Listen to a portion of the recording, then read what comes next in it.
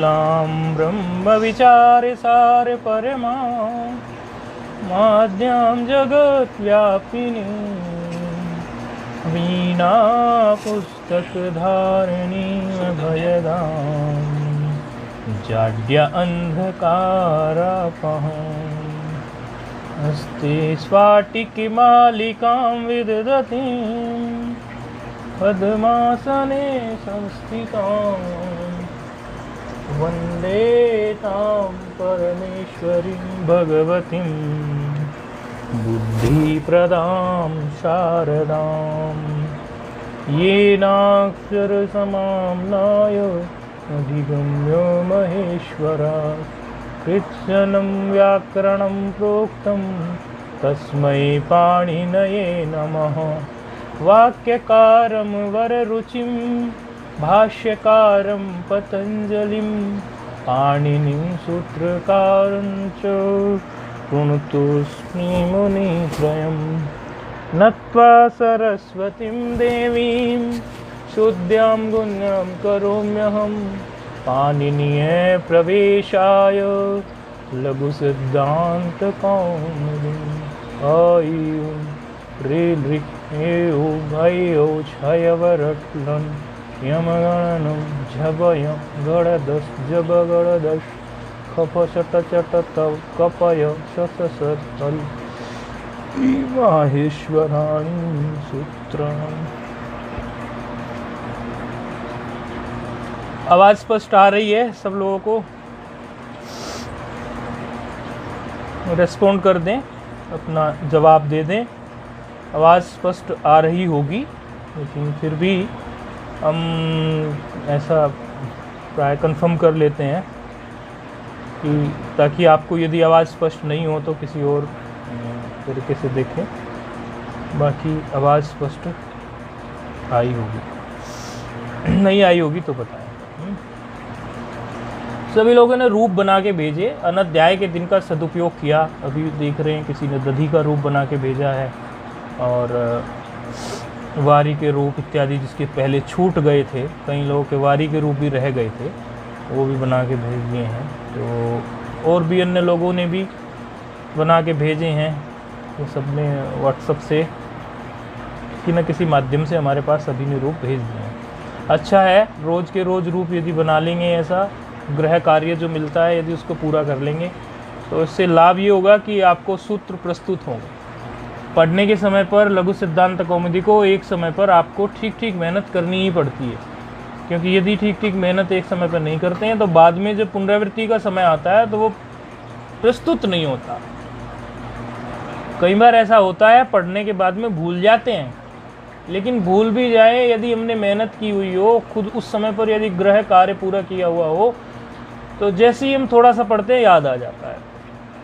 अभ्यास मांगती है विद्या, तो लघु सिद्धांत कौमुदी भी कई आवृत्ति, नित्य पाठ, इस तरह से ये भी अभ्यास तो मांगती ही है। ऐसा तो है नहीं कि आपने पढ़ी और अब आपको अभी पढ़ने के बाद में जीवन भर ये याद रह जाएगी एक बार में ही पढ़ने से। ऐसा तो बहुत ही कम लोगों के साथ होता होगा।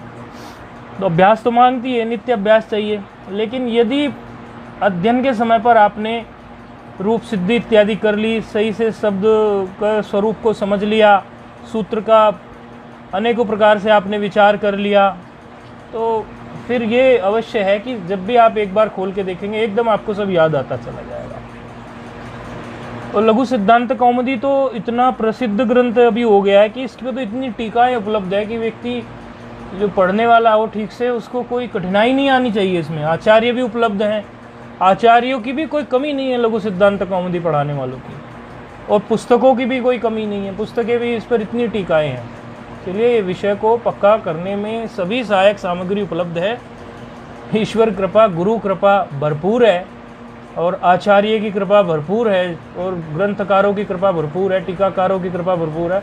आत्म कृपा करने की ज़रूरत है, स्वयं से स्वयं पर कृपा करो। ठीक है, आवाज़ साफ आ रही होगी, ये बताया मुझे। हाँ, अभी हम पूर्व के पाठ में देख के आए हैं कि हमने रूप सिद्ध किए थे, उकारांत रूप हम सिद्ध करके आए हैं। उकारांत में हमने जो आखिरी का रूप सिद्ध किया था वो किया था सुलू का, सुष्टुलुनाति, ठीक प्रकार से जो काटता हो, कोई शस्त्र इत्यादि हो जो काटने में, जैसे आश्रमों में या घर में जहाँ भी आप लोग रहते हैं, सब्जी काटता है, चाकू इत्यादि, उसी को सुलू बोलते हैं। तो आप ये बात समझ ही गए होंगे, नपुंसक लिंग में कोई भी जो दीर्घ हो, माना सुलू है, तो सुलू सुलू हो जाता है। सुलू सुलू इसलिए हो जाता है क्योंकि हर्षो नपुंसक के प्रातिपदिकस्य से यहाँ दीर्घ कुछ बचता नहीं है, हर्षवी भी हो जाता है प्रातिपदिक, तो उसी ढंग से फिर उसके रूप चलाने होते हैं। तो सुलू उकारांत था, तो उकारांत को देखते हुए फिर उसमें ओहो सुपी विशेष रूप से लगा था। प्रथमा और द्वितीय विभक्ति में तो आप समझ ही गए हैं रूप किस प्रकार से नुम का आगम इकोची विभक्तों का प्रयोग करके करना है, और किस तरह से नुम का आगम जस सो शी सर्वनाम स्थानक नपुंसकाश्च जलचः सूत्र से करना है। तो प्रथमा और द्वितीय विभक्ति और संबोधन में आप जानते हैं नालुमता अंगस्य अनित्य सूत्र होने के कारण एक पक्ष में नलुमता अंगस्य प्रत्यलोपे प्रत्यलक्षणम का निषेध कर देता है और एक पक्ष में नहीं करता निषेध। तो वहाँ दो रूप बन जाते हैं, एक में सामान्य जो होता है वो बनी जाता है हे सुलू जैसे, क्योंकि समोर नपुंसक आद से लोप हो गया, और दूसरे पक्ष में हर्षवस्य गुणा से गुण हो जाता है। तो ऐसा जब होता है तो दो रूप सिद्ध हो जाते हैं संबोधन में, प्रथमा संबोधन के एक वचन में। तो इस तरह से सभी रूप आपको बनाने आ ही गए होंगे। और तृतीया चतुर्थी पंचमी, ये जो भाषित पुंस शब्द के बारे में आपको बताया था, इसमें आपको ये बताया था कि जो शब्द लिंग बदल जाने से जिसका अर्थ ना बदलता हो, प्रवृत्ति निमित्त ना बदलता हो, ऐसे शब्द को भाषित पुंस कहते हैं। और भाषित पुंस के लिए विशेष सूत्र आप लोगों को प्रयोग करना था। वो विशेष सूत्र से ये लाभ था भाषित पुंस शब्द का कि वो विकल्प से रूप बना देता था, क्योंकि तृतीया विभक्ति से लेकर और आपके अंत के रूप तक तो तृतीयादिशु भाषित पुंसकम पुंवत गालवश्य, क्योंकि गालव ऋषि के मत में उसको पुंवत भी कह देते थे, यानी उसका जैसे पुल्लिंग में रूप बनाया हमने शब्द का, एक रूप पुल्लिंगवत बनेगा और दूसरा रूप जो है नपुंसक लिंग में बनता चला जाएगा। तो ये इस तरह से ध्यान देने की बात थी। हाँ, टा को ना आदेश अवश्य होगा, क्योंकि वहाँ पर आप ये मत लगा देना कि यहाँ पर एक ओची विभक्त लग सकता है, क्योंकि आ तो परे है ही। टा को ना इसीलिए होता है क्योंकि घी संज्ञा प्राप्त होती है, हर्ष इकारांत हर्ष उकारांत की घी संज्ञा प्राप्त है, घी संज्ञा प्राप्त होती आंगो ना स्त्रियाम, ऐसा सूत्र है कि वो स्त्रीलिंग को तो छोड़ दो, बाकी पुल्लिंग और नपुंसकलिंग में काम करता है। उसकी विशेषता ये है कि उसका क्षेत्र बहुत कम है, उसको अवकाश बहुत ही कम समय मिला, बहुत ही कम क्षेत्र है उसका आंगो ना स्त्रियाम का। इस कारण से आंगो ना स्त्रियाम सूत्र जो है वह टा मिलते ही प्रस्तुत हो जाता है, तो उसी से कार्य करा लेते हैं। लेकिन ध्यान रखना हर्ष इकारांत और हर्ष उकारांत की बात यहाँ हुई है। अब आगे की तरफ बढ़ते हैं, आगे का रूप सिद्ध करने की तरफ। तो ऋकारांत शब्द हमारे सामने प्रस्तुत हो रहा है। ऋकारांत शब्द जो हमारे सामने आ रहा है वो शब्द हम पहले भी देख के आए हुए हैं, उसके रूप हमने सिद्ध किए हैं, पुल्लिंग में भी स्त्रीलिंग में भी। तो ऋकारांत शब्द को हम पीछे से जब सिद्ध करके आए हैं तो ये आपको ठीक से ये समझ लेना चाहिए कि वहाँ हमने किस प्रकार से रूप सिद्ध किए। कारण ये है क्योंकि यहाँ पर जब पुंवत करेंगे हम उसको, तो पुंवत के पक्ष में एक पक्ष में तो उसका पुल्लिंगवत रूप चलेगा ही। जब उसका पुल्लिंगवत रूप चलेगा तो आपको ये ठीक से ध्यान होना चाहिए। पूर्व के पाठ में ये बात कही भी थी कि अभी धात्री शब्द आने वाला है, धारण पोषण करने के लिए धात्री शब्द होता है। दुधाय धारण पोषणीय धातु है, जरा लिख देते हैं।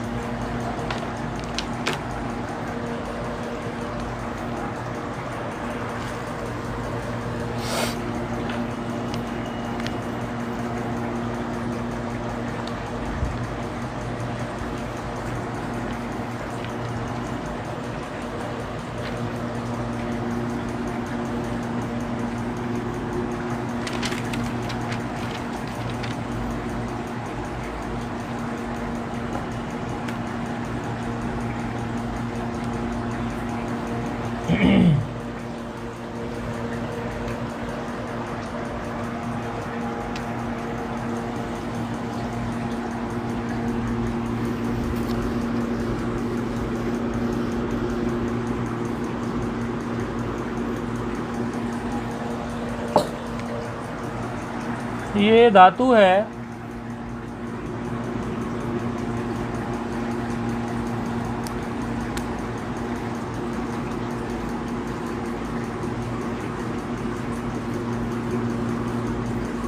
धारण पोषणयो, दुधाय धारण पोषणयो। धातु की विशेषता ये है कि त्रिलिंगी है, ये इससे जो शब्द बनेगा वो त्रिलिंगी है। धात्री शब्द बनेगा कैसे? त्रिन और त्रिच प्रत्यय से, और शब्द बनेगा धात्री। धारण करने वाले को कहते हैं धात्री। ब्रह्म में इसका अर्थ घटता है, सबको धारण करे ब्रह्म ही बैठा है। ईश्वर में घटता है, माँ में भी घटता है, साहित्य में अनेकों प्रकार से उपयोग है। धारण करने वाले को धात्री कहते हैं। तो ये जो धात्री शब्द है, ये धात्री शब्द त्रिलिंगी है, और गजब की बात है भाषित पुंस भी है, क्योंकि इसका निमित्त बदल जाने से, इसका लिंग बदल जाने से प्रवृत्ति निमित्त तो बदलने वाला नहीं है। प्रवृत्ति निमित्त तो वही रहने वाला है, अर्थात अर्थ उसका वही रहने वाला है। तो जो धारण करे उसको धात्री कहे, त्रिलिंगी है। अब नपुंसकलिंग में इसकी जब हम यात्रा करेंगे तो सर्वप्रथम हम प्रत्यय हमारा आएगा धात्रीधनसु। धात्रीधनसु की स्थिति में हम समोर नपुंसकात से ठीक वैसा ही रूप सिद्ध कर लेंगे जैसा अभी तक करते हैं, कोई विशेष कार्य नहीं है। सु और हम का लोप है, अर्थात प्रथमा विभक्ति और द्वितीय विभक्ति एक वचन हमारा सिद्ध होता है धात्री ही। धात्रीधन औ में आप जानते हैं औ को शी आदेश होता है, इकार मात्र शेष बचता है। शी आदेश होता है, इकार मात्र शेष बचता है, औ को शी आदेश नपुंसकाच से। और नुम का आगम इसमें होता है एकोची विभक्तों से, क्योंकि इक में तो ये भी आता ही है ना, यू री री, तो री है तो ये आएगा।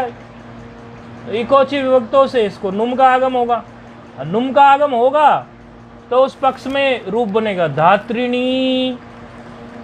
फिर धात्रीधन जस है तो जस जसो शी ही, और शी सर्वनाम स्थानम।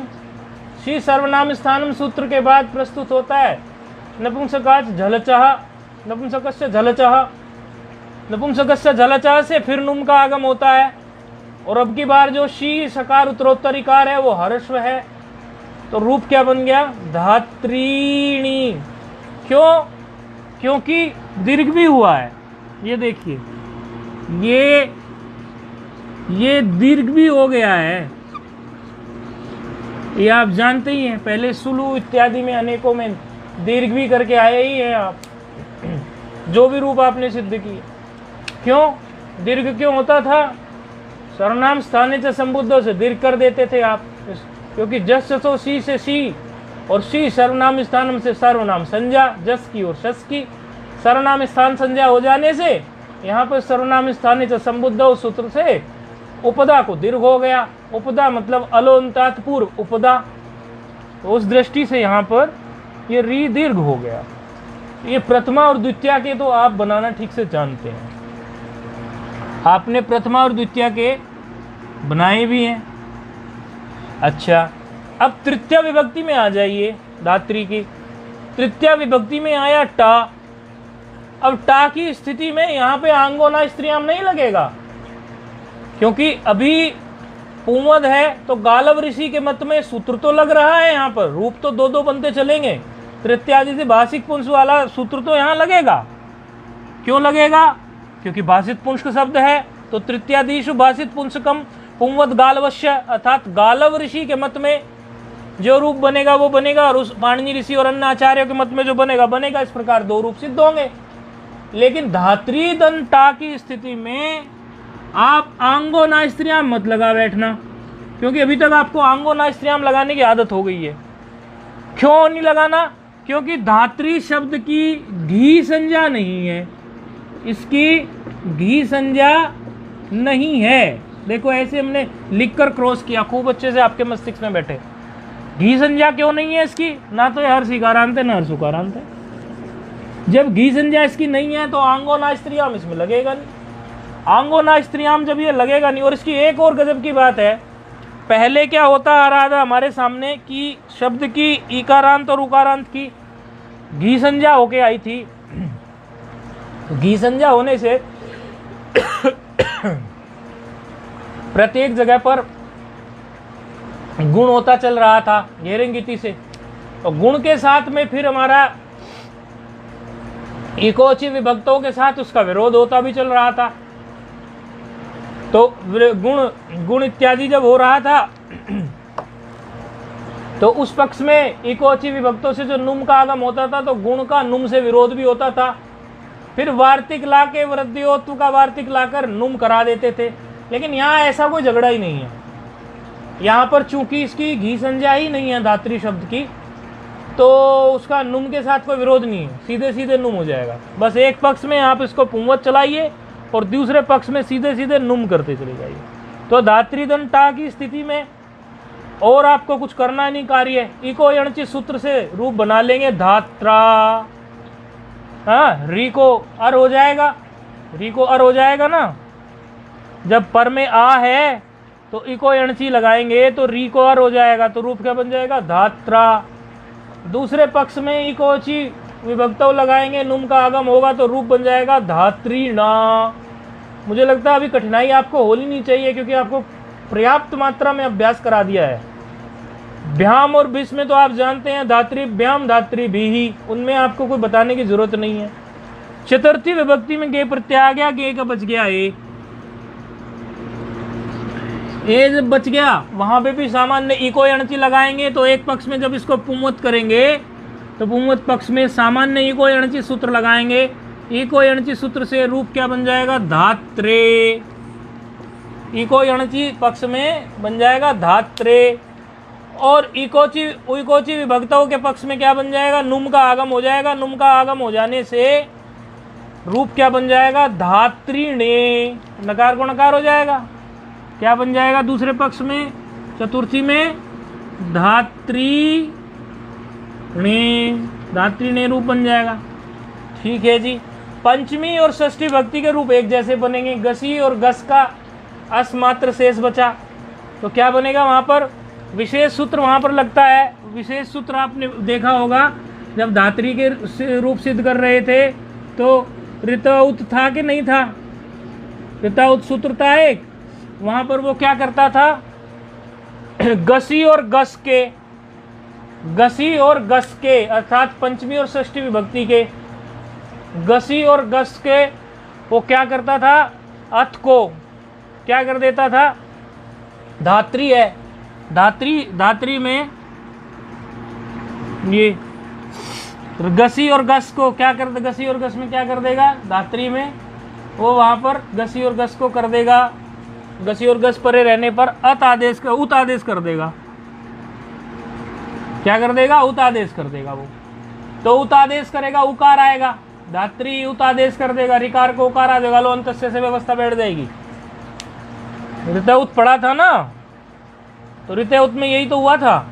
गसी और गस की स्थिति में वो और पूर्व रूप भी कर देता है। दोनों कार्य वो करता है। एक तो वो वहां पर उसको उत कर देगा रिकार को, और दूसरी स्थिति में वो पूर्व रूप भी कर देगा, ऐसा भी है। तो ये आपने पढ़ा है तो इसमें सीधे सीधे कर दीजिए। तो रूप सिद्ध जब ऐसा करेंगे तो क्या रूप सिद्ध होगा? पहले आप करके आए हुए हैं ये रूप सिद्ध। धातु हु क्या रूप सिद्ध हो जाएगा? गसी और गस में धातु हु, देख लेना याद नहीं हो तो सूत्र ऋतउत लगाना ठीक से। और नुम के आगम में क्या हो गया? धात्रीणः। ठीक है। ओस की स्थिति में क्या होगा? षष्ठी विभक्ति में ओस की स्थिति में एक पक्ष में तो आप लगाइए, इको यणचि लगा दीजिए, और इको यणचि लगा के सूत्र आपका सामान्य रूप से धात्रो बन जाएगा। और दूसरे पक्ष में क्या बन जाएगा? धात्रीणो हो, नुम का आगम हो जाएगा। और आपका आम में धात्रीणाम बन जाएगा। डी में एक पक्ष में धात्री बनेगा, आप देखना धात्री के रूप आपने देखे ही होंगे, धात्री। और दूसरे पक्ष में क्या बन जाएगा? धात्रिणी। संबोधन में उसी तरह से आपके दो रूप सिद्ध होंगे। गुण हो जाएगा हे धात्री, और दूसरे पक्ष में हे धातः। तो इस प्रकार धात्री के रूप एक पक्ष में आप पुंलिंगवत बना देना, और दूसरे पक्ष में आप इसके रूप जो हैं धात्री के इकोची विभक्तों को लगाते जाना। और तृतीयादि भाषित पुंस के कारण ये इस प्रकार ऐसा हुआ है। ये बात आपको समझ में आ ही गई होगी। तो इसमें कोई कठिनाई नहीं है धात्री शब्द में। धात्री शब्द आपको बनाने में अति सरल जान पड़ा होगा। धात्री और हे धातः, आप जानते ही हैं नलुमता अंगस्य की अनित्यता के कारण ये दो रूप बने हैं, हर्षस्य गुणा से गुण हुआ। ये बात ध्यान रखना, ये सर्वनाम स्थान नहीं है। सर्वनाम स्थान ना होने की वजह से ऋतों की सर्वनाम स्थानों से गुण मत कर देना, हर्षस्य गुणा से ही गुण करना। संबोधन में वहां पर आप जो है हर्षस्य गुणा से ही गुण करना, ठीक है, क्योंकि नपुंसक लिंग में सर्वनाम स्थान नहीं है वो, कि आप उसको सर्वनाम स्थान समझ ले। पीछे से आप सर्वनाम स्थान समझ के आए हुए हैं ना उसको, तो ये सर्वनाम स्थान नपुंसक लिंग में तो होता नहीं है। नपुंसक लिंग में तो सर्वनाम स्थान केवल जसो शी सर्वनाम स्थानम, दो स्थान पर बैठता है। तो हर्षस्य गुणा लगाना, क्योंकि जब ऋकारांत कोई शब्द आ जाता है तो ऋतों की सर्वनाम स्थानीय सूत्र याद आ जाता है कई बार, तो वो नहीं लगेगा क्योंकि वो सर्वनाम स्थान नहीं लगता है। इसी प्रकार कुछ और शब्द हैं, जैसे जात्री, जानने वाले को कहते हैं, कर्त्री, करने वाले को कहते हैं, कथयित्री, कहने वाले को कहते हैं, गणयित्री। अब देखो ये सब जो है, कथा कहने वाला या कुछ कहने वाला व्यक्ति तीनों लिंगों में हो सकता है। गणयित्री, ये सब भाषित पुंस की है, क्योंकि ऋकारांत शब्द जो हैं वो बिल्कुल शुद्ध नपुंसक लिंग में नहीं मिलते। जैसे मधु मिल गया था ना शुद्ध, एक बार उसका अर्थ नपुंसक लिंग में कुछ और निकल रहा था, पुल्लिंग में कुछ और निकल रहा था, इस प्रकार मिलते नहीं हैं। ऋकारांत शब्दों के साथ ऐसा नहीं है, तो ये भाषित पुंस ही प्राप्त होते हैं प्राय प्राय। तो श्रोत्री, वक्त्री, बोलने वाला, श्रोत्री सुनने वाला, वक्त्री बोलने वाला, दात्री देने वाला, क्षेत्री काटने वाला, जेत्री जीतने वाला, गणयित्री गिनने वाला, ये सब जो शब्द हैं, इन सब शब्दों के रूप आप उसी प्रकार से धात्री के समान ही चला लेना। अच्छा, अब ये ऋकारांत तो पूरा हो गया। अब ऋकारांत पूरा हुआ तो फिर आगे की सब प्रक्रिया हमारी आएगी। तो अब ओकारांत शब्द प्रस्तुत हो रहा है। ओकारांत शब्द है प्रद्यो। प्रद्यो क्या है शब्द?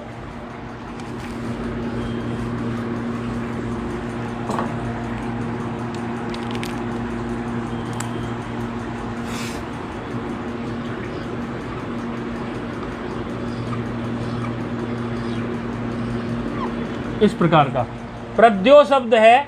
ये प्रद्यो शब्द ओकारांत शब्द है नपुंसक लिंग में। इसमें एक बात ध्यान देने की है, पहले प्रद्यो शब्द को समझ लेंगे, इसका अर्थ क्या निकलता है। प्रकृष्टा द्योर्यस्य यस्मिन् वा तत् प्रद्यु। प्रकृष्टा द्योर्यस्य यस्मिन् वा तत् प्रद्यु मतलब क्या है? जिस दिन निर्मल आकाश हो, साफ आकाश हो, कोई बादल नहीं हो, ऐसे दिन को प्रद्यु कहते हैं। प्रकृष्टा द्योर्यस्य यस्मिन् वा तत् प्रद्यु, जिस दिन सुंदर आकाश हो, निर्मल आकाश हो। ये यूके में तो ये गुड मॉर्निंग उसी दिन बोला जाता है। ये भारत में कुछ मूर्खों ने चलन चलाया हुआ है, आपस में मिलते हैं गुड मॉर्निंग बोलते हैं। उनको ये नहीं पता कि गुड मॉर्निंग बोला कब जाता है। ब्रिटेन में, स्विट्जरलैंड में ये पूरा का पूरा जो रीजन है जहाँ पे बहुत ठंड पड़ती है, कभी कभी किसी किसी दिन उनके यहाँ पर निर्मल आकाश उनको मिलता है, बादल नहीं होती, ठीक से धूप निकलती है, उस दिन वो बोलते हैं गुड मॉर्निंग। और यहाँ के मूर्ख लोग प्रतिदिन बोलते हैं गुड मॉर्निंग। तो जिस दिन निर्मल आकाश हो उस दिन को बोलते हैं प्रद्यु, ठीक है। तो अब प्रद्यु शब्द जो है यहाँ पर ध्यान देने की बात ये है, वास्तव में ये प्रद्यो है। अब प्रद्यो में आप जानते हैं कि हम यहाँ पर पीछे से प्रयोग करके आए हैं सूत्र, कौन सा? हर्षवो नपुंसके प्रातिपदिकस्य। ये सूत्र बड़ा प्रयोग हुआ है, हर्षवो नपुंसके प्रातिपदिकस्य बहुत प्रयोग हुआ है। किस लिए प्रयोग होता है? हर्ष करने के लिए प्रयोग होता है। हर्ष करने के लिए प्रयोग होता है, तो ओकार का तो कोई हर्ष है ही नहीं। अब ये ओकार है, ओकार का कोई हर्ष तो है ही नहीं, क्योंकि पहले जब हम पढ़ा था हमने तुल्यास्य प्रयत्नम समरणम, उसमें क्या पढ़ के आए थे? एचाम अपि द्वादश तेसाम हर्षाभावात, ऐसा पीछे सूत्र पढ़ के आए थे कि नहीं पढ़ के आए थे? कि एच जो है वो अनुदित सवर्ण इत्यादि से जब हम कर रहे थे, कौन किसकी कितनी संज्ञा करता है, अनुदित सवर्ण से अन्य सूत्रों से पीछे देखा था, तो वहाँ ये बात पढ़ी थी कि एचाम अपि द्वादश, एच जो है वो 12 होते हैं। एच जो होते हैं ए ओ आई औ वो 12 होते हैं और उनमें ह्रस्व का अभाव होता है, अर्थात ए ओ आई औ इनमें ह्रस्व होता ही नहीं है। जब इनमें ह्रस्व होता ही नहीं है तो इनका ह्रस्व आदेश हम करेंगे किसको? समस्या आगे ये खड़ी हो जाएगी हमारे सामने। तो एक बात देखते हैं हम, ये जो शब्द ये जो है हमारे वर्ण, जैसे है ए, फिर है आई, फिर है औ, फिर है औ, ए आई ओ औ, ये संयुक्त वर्ण है, ये स्वतंत्र वर्ण नहीं है। ये कैसे बने हैं? आपके अकार और उकार से मिलके तो बने हुए हैं ओ और औ। दीर्घ उकार कर दोगे तो औ बन जाएगा, और आप अगर ऊ बोलेंगे तो क्या बन जाएगा? वो ओ बन जाएगा। इस प्रकार से ये है। ऐसे ही ए और आई का है। ए और आई भी अकार और इकार को मिला के बनते हैं। अकार और इकार को जब मिला के बनते हैं तो उस स्थिति में भी आप देखते हो कि यदि आप इसको देखेंगे तो एकार जो है वो एकार अकार और इकार से बनता है और ओकार अकार और उकार से बनता है। तो यदि आप ये सोचें, विचार करें कि ह्रस्व कर भी दें इनका, तो जिन दो से मिलके बना है, जैसे एकार है, एकार किससे मिलके बना है? अकार और इकार से। अब यदि इसका ह्रस्व करने लगे अर्थात इसे पूर्व स्थिति में लाने लगे तो या तो अकार हो इसका ह्रस्व या इकार हो इसका ह्रस्व, एकार का। और ऐकार का भी वही हाल है, या तो अकार हो या ईकार हो। ऐसे ही जो है ओकार का और औकार का भी है, या तो अकार हो या औकार हो उसका ह्रस्व। तो इस गुत्थी को सुलझाने के लिए पाणिनि जी ने एक सूत्र ही रख दिया विधान करने के लिए कि यदि ह्रस्व करना पड़े इनका, तो ह्रस्व करने के लिए ह्रस्व हम इनको करने का एक सूत्र ही बना देते हैं कि कौन इनका ह्रस्व हो सकता है, किन किन का ह्रस्व हो सकता है? ओकार इत्यादि का। अच्छा ठीक है, तो उसके लिए सूत्र कर दिया, क्योंकि वो एक नियम सूत्र ही बना दिया, नियम ही कर दिया। तो नियम सूत्र क्या बनाया? एच इग्रश्वादेशे, एच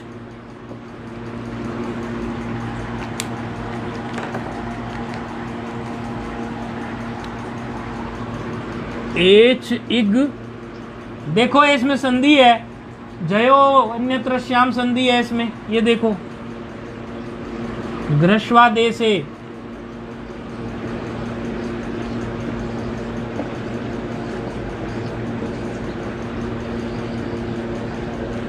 ये क्या है? एच इग ग्रश्वादेशे। इग और ग्रश्वादेशे के बीच में संधि है। कौन सी संधि है? जयो हो अन्यत्र श्याम। हकार था, ह्रस्वादेशे था, गकार बन गया। हकार पर में हो तो पूर्व सवर्णी हो जाता है, तो पूर्व सवर्णी क्या?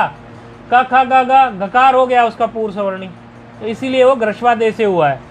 तो ये सूत्र है एच इग ग्रश्वादेशे, 1-1-48 सूत्र है।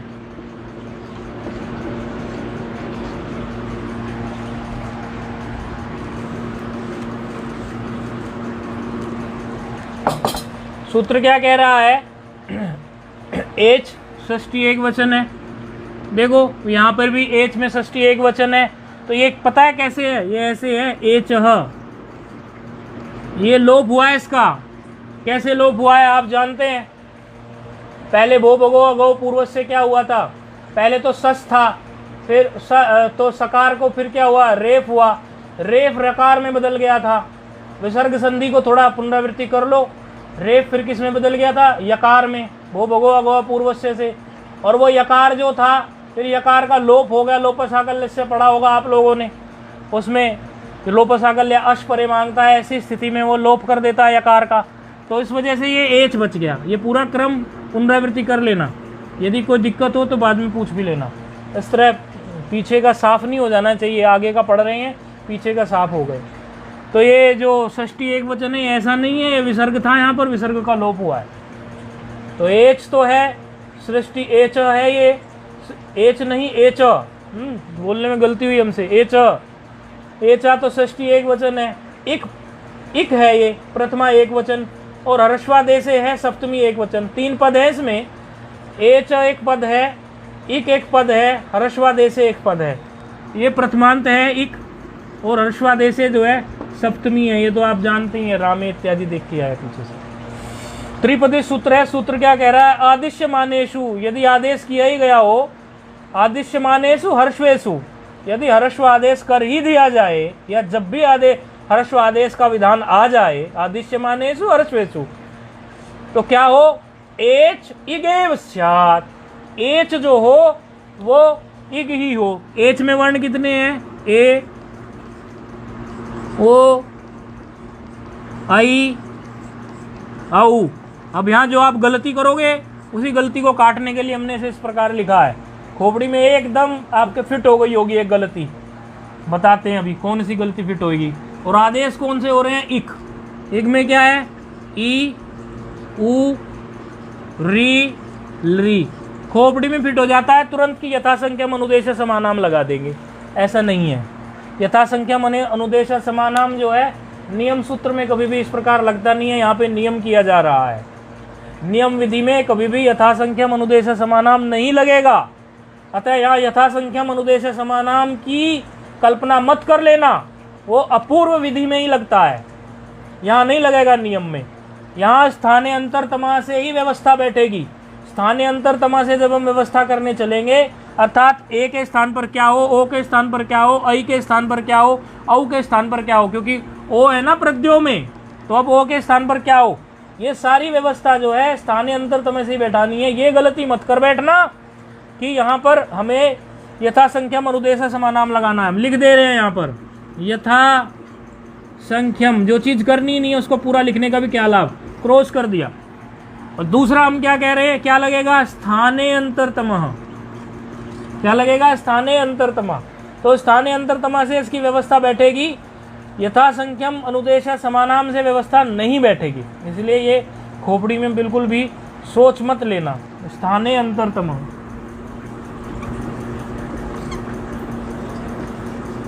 ये लगेगा। स्थानीय अंतरतम क्या व्यवस्था देगा?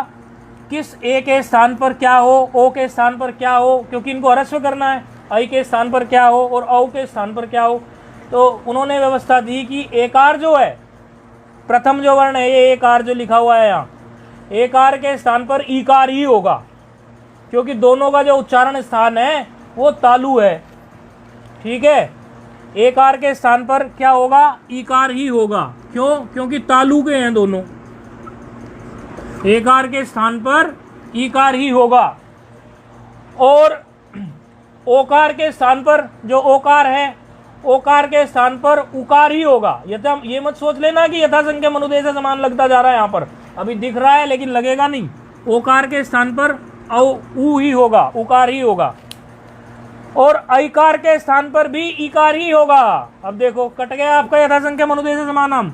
ऐकार के स्थान पर भी ईकार ही होगा और औकार के स्थान पर भी उकार ही होगा, क्योंकि देखो दोनों का स्थान जो है ओष्ठ है, ओकार का औकार का। तो ओकार और औकार इनके स्थान पर जरा स्पष्ट कर दे सूत्र की दृष्टि से। ये तो पहले लिखा, अब आपको खिचड़ी ना बन जाए मस्तिष्क में। देखो एकार और ऐकार दोनों के स्थान पर क्या होगा इस सूत्र के अनुसार? किसके अनुसार? एच इग घ्रस्वा देशे, एच इग घ्रस्वा देशे के अनुसार एकार और ऐकार दोनों के स्थान पर, एकार और ऐकार के स्थान पर ईकार ही होगा, और ओकार और औकार के स्थान पर, दोनों के स्थान पर क्या होगा? ऊ ही होगा, उकार ही होगा। बस हो गई व्यवस्था। अब कुछ और इसमें देखने की जरूरत नहीं है। ठीक है, दोनों का स्थान इनका ओष्ठ है और इनका स्थान तालु है। व्यवस्था बैठ गई, व्यवस्था बैठ गई तो ठीक है। प्रद्यो शब्द को ओकार है, ओकार को क्या कर देंगे? उकार। तो क्या बन गया शब्द? प्रद्यु। बस फिर आप तो रूप बनाने में तो आप एक्सपर्ट हो चुके हैं, अब तो आप निपुण हो गए हैं। अब तो आप अजंत नपुंसकलिंग को खत्म करने जा रहे हैं। अब तो आप शास्त्र में बहुत सुंदर प्रवेश कर चुके हैं, निपुण हो गए हैं। अब तो प्रद्यु का रूप चलाने में आपको क्या दिक्कत है? बस सूत्र को ही तो समझना था। प्रद्यु बन गया प्रद्यु शब्द की प्रक्रिया चला दीजिए मधुवत। सर्वत्र आपको क्या करना है, मधुवत चलाने के लिए सर्वत्र आपको इसका रूप जो चलाना है मधुवत चलाना है, तो यहाँ पर आप इसको चलाते चले जाइए। इकोची विभक्तो तो लगाना है, एकोची विभक्तो लगा लीजिए। इकोची विभक्तो सर्वत्र लगाते हुए प्रद्यु, प्रद्युनी, प्रद्युनी, इस प्रकार रूप बन जाएगा। तृतीया में प्रद्युना, प्रद्युभ्याम, प्रद्युभिः बन जाएगा। चतुर्थी में प्रद्युने, प्रद्युभ्याम, प्रद्युभ्यः बन जाएगा। पंचमी और षष्ठी में प्रद्युना, प्रद्युन्नय बन जाएगा। इस प्रकार से ये प्रद्यु का रूप सिद्ध हो जाएगा। संबोधन में नानुमतांगस्य की नित्यता दिखा के दो रूप बना देना, प्रद्यु और प्रद्यो, गुण कर दोगे। पहले उल्टा पहले क्या किया था, प्रद्यो को प्रद्यु बनाया था, हम यहाँ प्रद्यु को प्रद्यो बना दो संबोधन में गुण करके। एक बात इसमें ध्यान रखने जैसी ये है कि कई लोगों के इसमें प्रद्यु शब्द में अलग अलग मत हैं। व्याकरण भी तो विद्वान कई सारे हैं ना। धातु वृत्ति शास्त्र के धातु वृत्तिकार एक विद्वान है श्री माधव, वो क्या कहते हैं कि ये जो तृतीयादि विभक्ति है जिनमें हम पहले पुंवद भाव करते आए थे और सूत्र लगा के आए थे, तृतीयादिषु भाषित पुंसकम पुंवद गालवश्य, इस सूत्र को लगाकर हम जब ये विकल्प के रूप बनाते हुए आए थे ये, तो यहाँ इसके बारे में इनका अपना कुछ विचार है। वो कहते हैं कि तृतीयादि विभक्तियों में ये पुंवद नहीं होता, कहते हैं कि पुंवद नहीं होता। पुंवद नहीं होगा तो एक ही रूप बनेगा, पुंवद नहीं होगा तो एक ही रूप बनेगा। तृतीयादि विभक्तियों में प्रद्युना ही बनेगा, चतुर्थी में प्रद्यु नहीं बनेगा। नुम का आगम तो होगा नहीं कि नुम का आगम होकर प्रद्योना भी बन जाए या प्रद्योना भी बन जाए, प्रद्युना नहीं प्रद्योन। तो कैसे, अभी बताते हैं, रुको अभी बता देते हैं। तो इससे क्या है, इस पक्ष में, जिस पक्ष में ये श्री माधव कहते हैं उस पक्ष में तो केवल एक ही रूप रहेंगे, लेकिन कुछ विद्वानों का मानना है कि नहीं, आप जो ये कह रहे हैं कि यहाँ पर जो है तृतीयादि विभक्तियों में पुंवद भाव नहीं होगा, वो आप इसलिए कह रहे हैं क्योंकि प्रद्यु शब्द को आप अलग गिन रहे हैं और प्रद्यो शब्द को आप अलग गिन रहे हैं कि भाई पुल्लिंग में वो प्रद्यो था और नपुंसकलिंग में वो प्रद्यु हुआ, इस कारण से आप ऐसा बोल रहे हैं। लेकिन ऐसा थोड़ी होता है, ये बात तो हम पहले देख के आए हैं कि एक देश विकृत न्याय से कि यदि कुत्ते की पूंछ कट जाए तो वो शेर, हाथी, चीता वगैरह तो नहीं हो जाता। एक देश उसका विकृत हो जाए तो वो कुछ बदल तो नहीं जाता। प्रद्यु में उकार को ओकार, ओकार को उकार हुआ है खाली, उससे वो बदल तो नहीं जाएगा। वही चीज है जो पुल्लिंग में था वही नपुंसकलिंग में है। तो कुछ विद्वानों का ऐसा कहना है।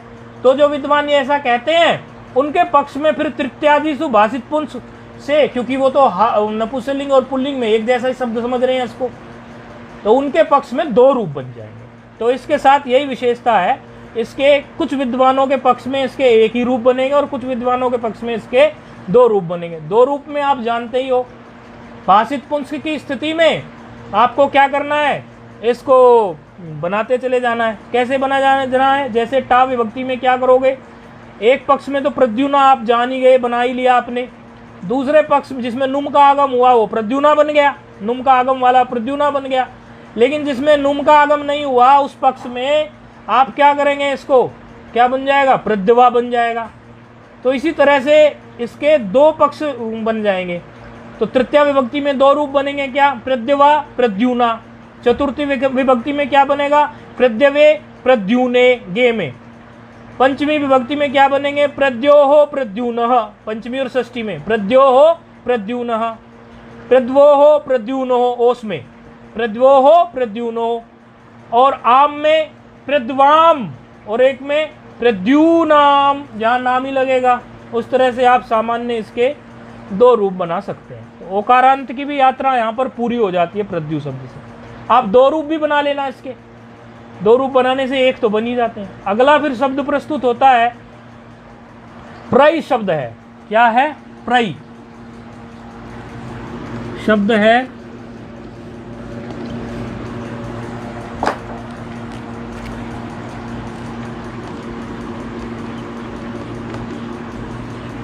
प्रई, प्रई शब्द है। एकारांत आ गया, ऐकारांत, एकारांत नहीं ऐकारांत आ गया।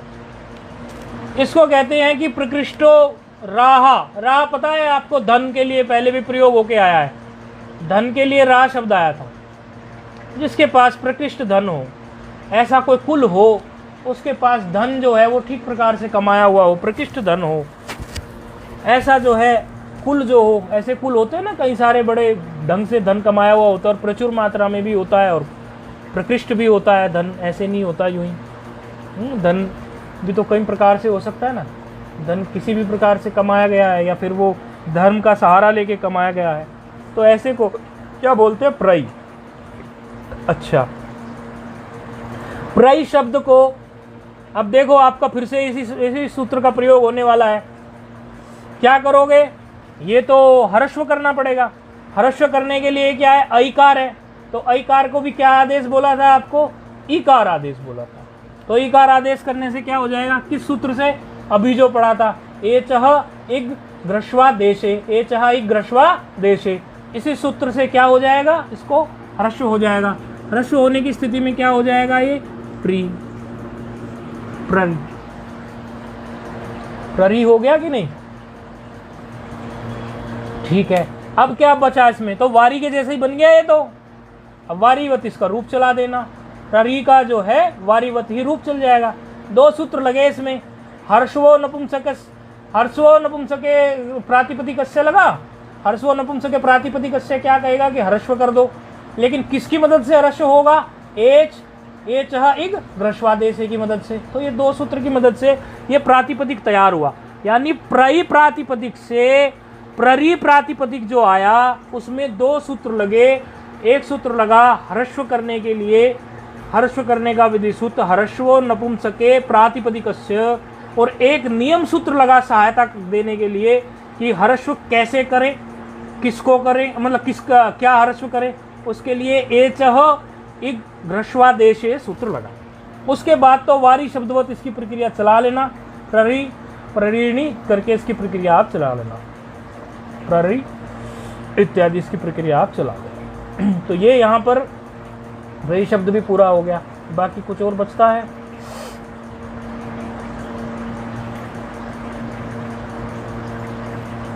प्ररी शब्द पूरा, हाँ एक शब्द बचता है नपुंसकलिंग में, सुनु शब्द है। आप जानते ही हैं ये सुनु होगा, और सुनु से फिर क्या हो गया, सुनु हुआ। ऐसे यदि रहा हो, ये सोचो, यदि नहीं ऐसे था और फिर ये ऐसे हुआ है, यानी हर्ष हो गया सुनु, तो वही दो सूत्र की मदद से हुआ, क्योंकि उकार फिर उकार, वो दो सूत्र की मदद से हुआ। तो क्या बन गया, ये आपके सामने सुनु शब्द बन गया। सुनऊ, सुनाऊ था शब्द, था सुनाऊ शब्द था, सुनाऊ, क्योंकि औकार में आ गए ना, अब सुनू नहीं, सुनू तो बाद में बनाए, औकार आ गया ना, ऐकार पूरा हो गया तो औकार आ गया। अभी क्या था शब्द, ये सुनाऊ, इस प्रकार का।